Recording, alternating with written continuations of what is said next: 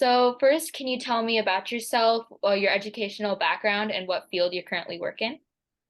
My education, I graduated in 93 from computer engineering and economics as a dual major in Romania, Bucharest. My past 23, 25 years, I worked in computers in different areas. I was a developer, an analyst, an architect, team lead, a tech lead, a manager, a developer, an architect. Pretty much did everything that has to be done in the IT field. Right now, I'm the senior manager and enterprise architecture in Borg Warner. And what inspired you to join this field? I always like sciences. Growing up, it was math was interesting. Logic was interesting. So I really like sciences. More into math, I would say, compared to, for example, biology and so on. And also I was exposed to economics from along from high school itself. I had a specialized high school that we studied their finances and accounting. This degree that was a combination or double majoring in economics and computer science just worked very much on my interests. And anyone specific that inspired you to join this field? Not really. It was very new when I started. I think probably I got inspired because it was new and because I wanted to prove in a way that I can do it. Nobody really knew in Romania in 1989 when I actually applied for the university. It was a very tough exam, to be honest. So when I applied for the exam, nobody really knew what are computers. I don't think I've seen a computer before going to college, but the concept of automation and the concept that I knew about. So that was something that intrigued me absolutely. And the fact, that it was considered a pretty hard STEM major, that was something that inspired me as well. Yeah. And is working in this field your passion? Pretty much, yeah. I mean, I am staying in this field from probably 25 years, I would say, maybe more, 20 to 26 years. It was interesting because when I joined when I had my first computer class, I was like, wow, this is the wrong major for me. What am I doing? But very shortly, I found myself in the labs, and we didn't have computers home, so you had to always go to in the labs to do the work. And a lot of times I was by myself there, but it was a pretty deep satisfaction when a program would compile or something will run. I still remember my first time when 2 plus 2 worked. That was one of the biggest accomplishment ever. Yeah, I continue to have the passion. The field is very vast and gives you a lot of learning opportunity and a lot of moving from and using different skill set. Being from, let's say, people lead to tech lead to coming with roadmap and strategy. If you are interested, there is never a dull moment. It evolves also very fast. So you always have to learn and keep up with the news. So that is also something that makes it pretty passionate. Yeah. Is there something you wish you did differently during your journey in entering your field? I mean, not necessary. I remember my first 10 years were very technical, and they were pretty happy years. I think probably maybe one thing that is important for everybody to know is cultivating your network, and cultivating, like you say, mentors and people to help you through the journey. And that was something that I didn't necessarily think about it, or I didn't learn about it until was a little bit too late. So probably that would be something that I would change, trying to understand who can influence me, who can be a mentor, who can, and not just from a technical perspective, but from a career perspective as well. I did have mentors in a technical field, but I'm talking more like in general in my career and the way I work. I think that would be important to have people that will help you along the way. So. Yeah, definitely. Is your current work field male dominated, and what challenges did you have to overcome to assert yourself in your work field? Yeah, it is 100% male dominated. So the previous work I did was in Ford, where women were quite prominent, especially in the managerial middle management line, not necessarily high management. In the current job, I'm pretty much myself and my boss are the only women around. So it is kind of interesting to see a huge difference between the places. I remember when I started my career as a technical person, I was the only, and I was pretty smart, so I I got promoted as a pretty fast, as a high technical person, and they were just male on that room. So it was myself and 8 guys, and I learned I think they listened to me, but I learned to be assertive. So it is I never had issues with that, to be honest. So it is I was always assertive, and if I had something to say, I made sure I am being heard. So that's and that's probably and that's happening the same here, right? So even though it's male dominated, I don't feel I have issues that I'm not heard or anything like that. But I have an assertive personality, so I'm not waiting to be called, and probably that's very important for, I feel it's important for younger girls to develop that assertiveness. I grew up in uh, with my dad who always instilled in me that there is no difference from an intellectual perspective between men and women, and whatever I want to do, I can do. And I start believing that, and I think that helped me become assertive. Yeah, definitely. What gave you the confidence to choose to pursue your passion in college?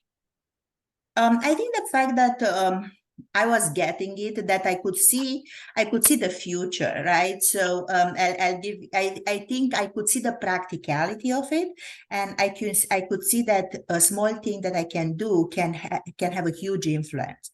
So I'll give you an example. I was doing some accounting before college, and I had a specialized high school, so that's the reason I know. So everything was done by hand. It was not even Excel spreadsheet. Literally everything was done by hand, and we were.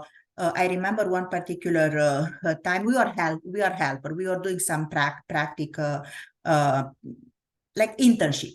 I would call it internship. So we as an intern were assigned to find mistakes. So imagine, people, everything was on paper. All the entries and exits from the in the accounting books were on paper, right? And basically, were like we bought. So for example, we bought raw material $20. We sold these $30. We bought these. So all these activities that are happening were recording, and at the end of each month, you have to make the books, which basically means you put all together and everything has to balance. That's what it is, right? You have this amount at the beginning, you sold this, and this is what you have. Okay, so it's as simple as that. So we would never balance. So because somebody will forget and will put a 0.1 and stuff like that. And it was very, very weird because has to balance by, it's not, there was no tolerance. So has to balance by 0.1. And to me, that was to us, that was the internship jobs, to find out those 1 cent or 2 cents. Where are those? You can't just add them, right? You have to find out the mistake and correct it. That was our job, and was the worst and tedious and most boring and mind-numbing job that you can have. And people with colleges would do that job. So it was not really, I mean, you have to be an accountant to do that or work in an accounting. We were helping, but we helped for 1 month a year. In the other 9 months or 11 months, they will have to do it by themselves, right?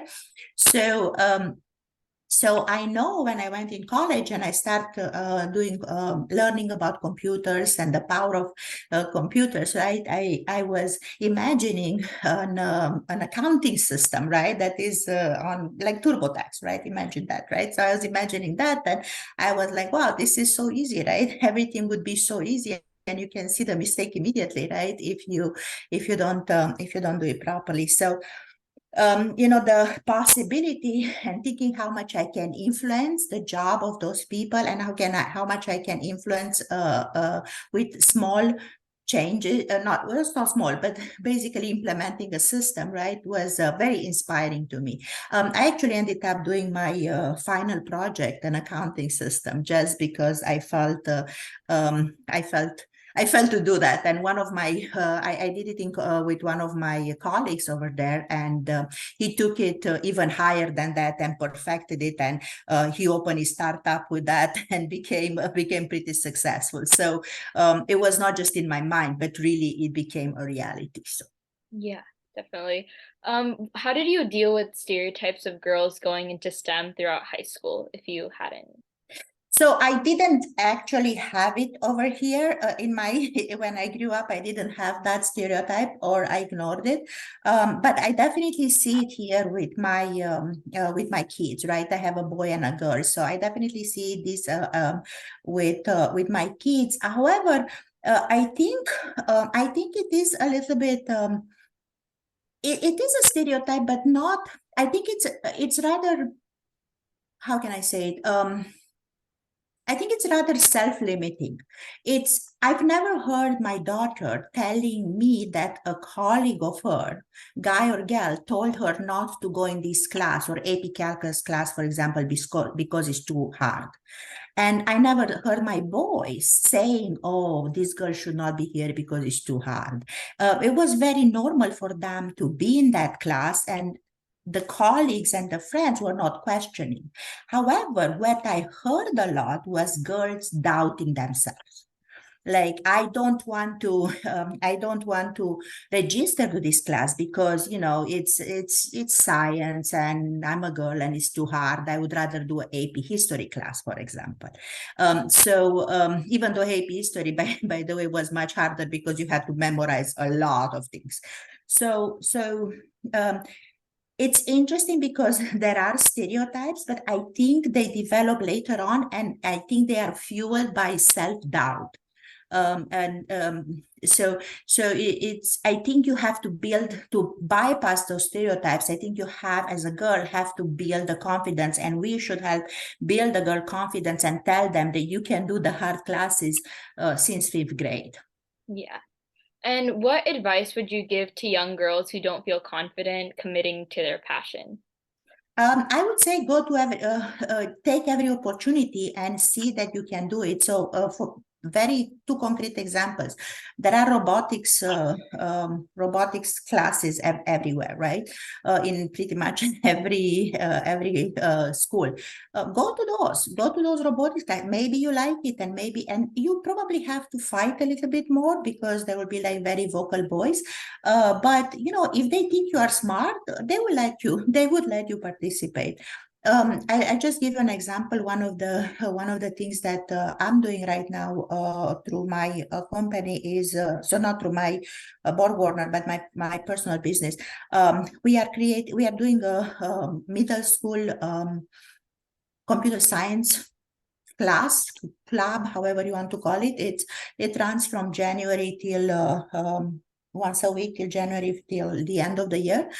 So we had girls and boys in that particular computer science. It's like, and they are there and they are learning and they are trying. So they are trying to take the opportunity. So even if you don't. It's just you have to put your okay, maybe you have to say, okay, what is the worst can happen? Put yourself out there. The only way you can gain confidence is to put yourself out there. And if you are pushing that forever, it's gonna be even worse, right? Because if you participate in fifth grade and fail, whatever, right? But then if you are afraid and afraid and afraid, and you start to do in the ninth grade, other people who already did it like since fifth grade. And I'm saying fifth grade because 1 to 4, they are called all a wash. But I'm saying like from fifth and sixth grade, right? If you start participating and involving yourself in those activities that you are interested in, then after that, it's not going to be hard, because by the time you are in high school, you already have experience and you gain that confidence. If you decide to do it in high school, it's going to be much harder. Yeah, definitely. So, kind of like have a to me it's almost like have an outreach to middle school, right, for the girls, and instill that. And yeah, definitely it's about the peer pressure and self-confidence, and that one comes, I think, a lot with mentors, and come a lot with home atmosphere, right? How what is cultivated in the home, right? If as a home I'm telling, oh, you are a girl, you don't have to do that, after a while you're going to believe it, right? So if you don't find that encouraging, in my opinion, your immediate family is the most encouraging most of the time. So if you don't find that encouraging uh, towards your passion into the immediate family, I would advise go and try to find a mentor, outside, and on a teacher, for example. That would be a second, like a STEM teacher, right? There will be, and you'll find one that will be, they will take your passion seriously. Yeah, definitely. And who were and are your female role models, and what impact did they have on your choice to be in STEM field? I don't think I really had. It's interesting. I don't think we should differentiate between, oh, I need a woman or a role model. My role model was actually a professor, and it was a guy, but he was a very inclusive and very passionate professor. And he was my role model because I could see his passion in action. He cared very much about what he was teaching, and he cared that everybody understand what he would do. So this was in my first year. I was asking him a question one time, for example, and he's like, well, if you'd have come to the previous class, you would have understood this concept. I'm like, okay, my mistake, right? So I'm shutting down. And then he writes two more things, and he's like, okay, we can't move on because Lora doesn't understand and we need to explain to her. So he basically stopped like a class for 100 people to explain to me the concept, because he's like, you need to get it. If you don't get it, then you're going to be lost. And I don't want you to be lost. And he didn't know me. So, but he had that passion that everybody should learn. So I don't think you should limit yourself as a girl to have just women role model. I think whoever inspires you and has passion, that should be your role model. Yeah, So I don't think I had, besides this particular teacher, that displayed a lot of passion. yeah, My definitely. current boss is very passionate in what she's doing, and she cares a lot. So that has very inspiring for me. So that I can say that she's inspiring me to believe in what I'm doing and put the passion. So maybe that's a little bit, but I think going from there to role model, maybe it's a little bit too much. Well, those are all the questions that I have Oh, okay. today. Well, I ended up in a nice way. Thank you so much for doing this 15-minute interview with me.